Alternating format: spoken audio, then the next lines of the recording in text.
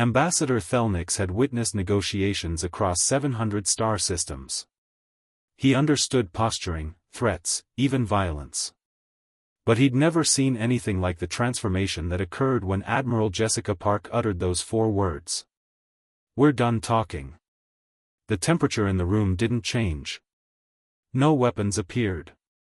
The human delegation simply stopped. The nervous energy that had filled the chamber, the shuffling of papers, the whispered consultations, the constant diplomatic maneuvering, vanished like air from an airlock. Park's face became a mask. Her staff stood motionless, their eyes flat and distant. The Krilithi war chief, who had been bellowing threats for 3 hours, suddenly found his words dying in his throat. "You misunderstand, human," Thelnix interjected carefully.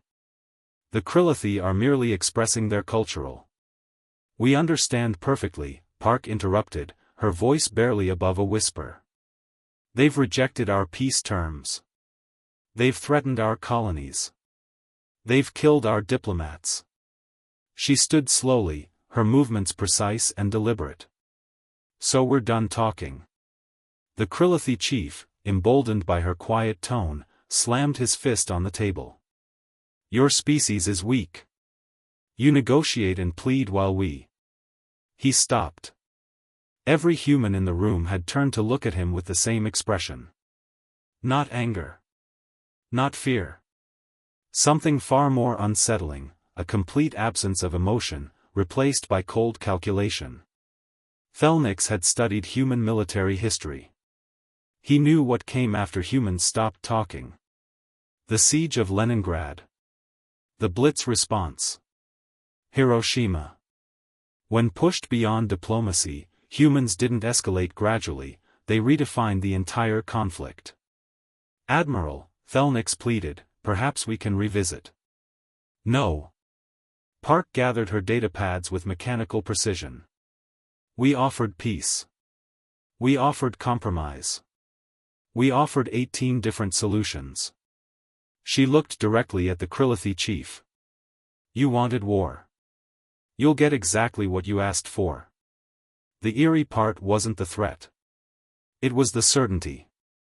The human delegation filed out in perfect silence, no shouting, no final warnings. Just that terrible, determined calm. 3 days later, the Krilithi war fleet moved to attack human colonies. They expected resistance, perhaps a defensive battle. Instead, they found empty space.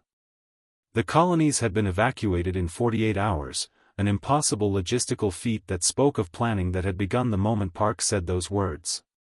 The Krilithi pressed deeper into human territory, declaring victory. Then their supply lines vanished. Human ships appeared from nowhere, struck with surgical precision, and disappeared. No communication, no warnings.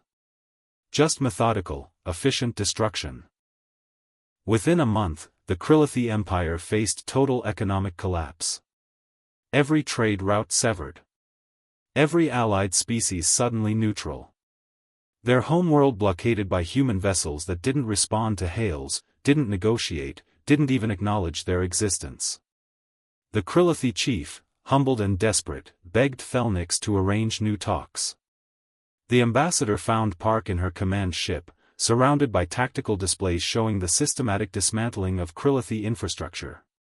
"They want to negotiate," Thelnix said quietly. Park didn't look up from her screens. "We're done talking. Admiral, please. They're done when we say they're done." Her voice remained that same disturbing monotone. They wanted to see what humans do when talking fails. Now they know. Thelnix shivered. He finally understood the human phrase, "speak softly and carry a big stick." But the terrifying part wasn't the stick, it was the moment humans stopped speaking at all. That's when the real work began.